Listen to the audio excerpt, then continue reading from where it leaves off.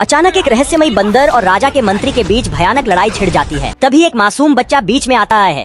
मंत्री उसे दूर फेंक देता है, लेकिन जादुई बंदर उसे समय रहते रोक लेता है। यह दृश्य देखकर राजा आग बबूला हो जाता है और उसके सामने खड़ा होता है एक महान योद्धा युवराज। गुस्से में डूबा राजा काली शक्तियों का प्रयोग करता है और महान योद्धा उन अंधेरी शक्तियों में फंस जाता है। उसी पल युवराज को अपने गुरु की सीख याद आती है, लेकिन इससे पहले कि वह संभल पाता, दुष्ट राजा काली शक्ति से भयानक हमला कर देता है। युवराज के मुंह से खून बहने लगता है। यह देख युवराज की पत्नी घबरा जाती है। तभी राजा फिर से जादू चलाता है, लेकिन पत्नी बीच में आकर अपने पति को बचा लेती है। दुष्ट राजा अब उस पर बार बार घातक वार करने लगता है।